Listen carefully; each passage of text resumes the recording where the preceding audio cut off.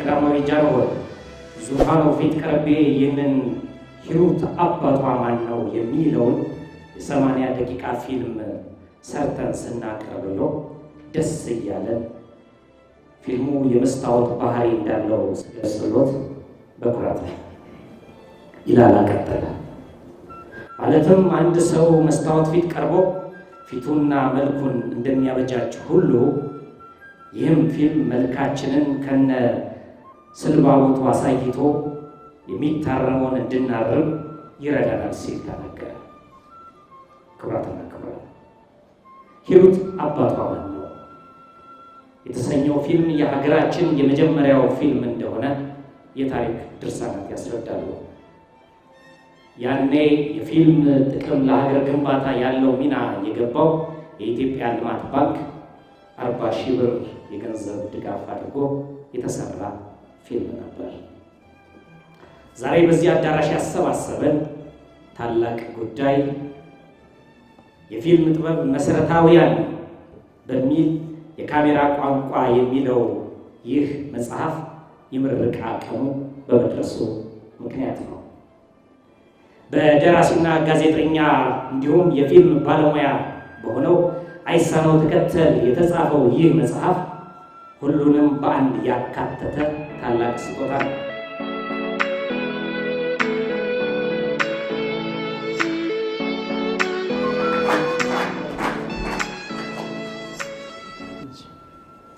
ከሁሉም በፊት ለነበረው የሰዓት መጣበብና የእናንተን ጊዜ መውሰድም በእግዚአብሔር ስም ይቅርታ ጠይቃለሁ። ያም አልፎ ግን ጥሪያችንን አክብራችሁ በመጣችሁበት አጋጣሚ እዚህ ተገናኝተናልና በድጋሚ አመሰግናለሁ። ዛሬ እዚህ የተገናኘነው በቀላል አይደለም፣ በምክንያት ነው። ምክንያቱም የጥበብ ሰው የጥበብ ምክንያት ካሌለው ጥበብ ቦታ ሊሄድ አይችልም።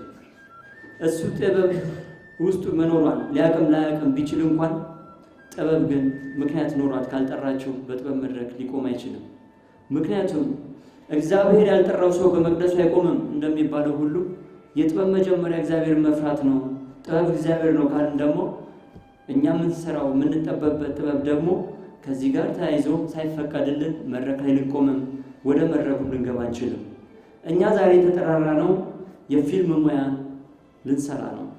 ምናልባት ከኩሽና የወጣው ምግብ ወደ ገበታ ማቅረብ ቀላል ይሆንና ታዳሚውን ብዙ ይሆናል። እኛ ግን ኑ ፊልም እንስራ ብለን ወደ ኋላ ወደ ኩሽናው ስለገባን ገበታው ላይ የሚጠብቁ ሰዎች ሲኒማውን ስላልሞሉት ቅር እንዳትሰኙ። ምክንያቱም ፊልም ትንሽ ሰው ይሰራዋል፣ ብዙ ሰውን ያጠምድበታል።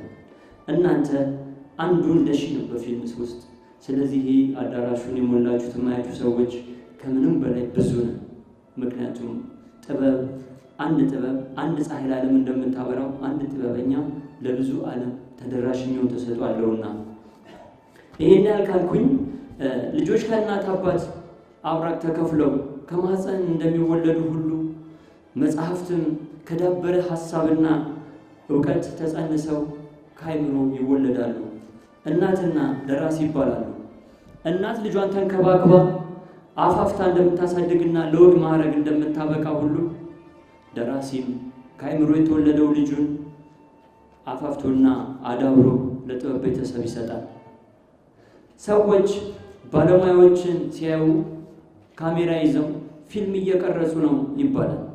ከዛም ሲወጣ የረፍት ቀን ለማሳለፍ ድብርትን ለማዳበር ወይም ድብርታችን ጭንቀታችን ለመበተን ለማሸሽ ሲባል ፊልም ይባላል።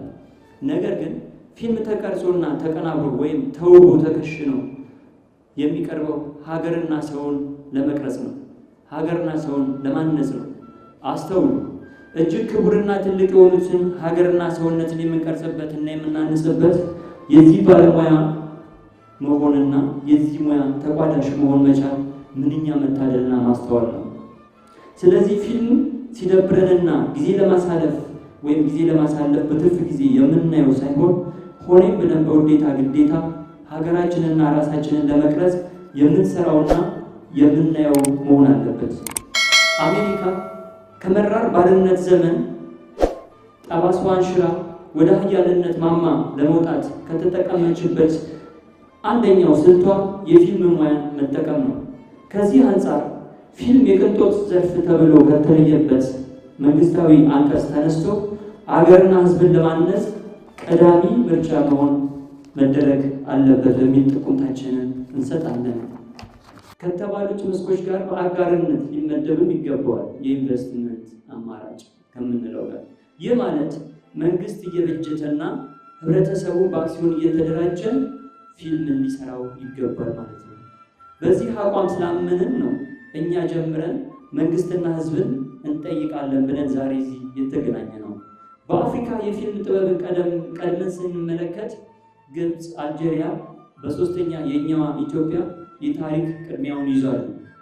ፊት የበቀለውን ጆሮ ከኋላ የበቀለው ቀንድ በለጠው እንደሚባለው እየሆነ እኛ ወደኋላ ቀርተን ናይጄሪያ ኖርዌይ በተባለው ሀገራዊ ተቋሟ በዓለም ደረጃ ጥሳ ከህንድና ከአሜሪካ ቀደም ብላ ልትገኝ እየተንደረደረች ነው። የጠንሳሿን አሜሪካ ሆሊውድን ጥላ ጉብ ብላለች፣ ሁለተኛም ሆናለች የኛዋ የአፍሪካዋ ናይጄሪያ። በአመት ከ2000 በላይ ፊልሞችን ይሰራሉ። ከ1 ሚሊዮን በላይ ሰዎችን የስራ ዕድል በፊልም ኢንዱስትሪ ውስጥ ፈጥረዋል። በፊልሙ ኢንዱስትሪ ደግሞ ብዙ ሰዎች ኑሯቸውን በሚሊዮን ደረጃ እያገኙ እየለወጡበት ነው። ኔትፍሊክስ በተባለው የፊልም ማሰራጫ ዓለም አቀፍም ከህንድ ቀጥሎ ገበያውን የሚቆጣጠረው የአፍሪካ ፊልም ከዛም የናይጄሪያ እየሆነ ነው።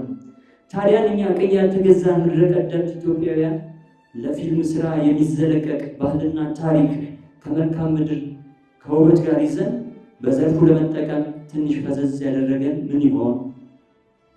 በጽሁፍና በቃል የምንቀበለውን ድንቅ ገንቢ ታሪኮችና ባህሎች በፊልም ለማሳየት የተጫነን ነገር ምን ይሆን?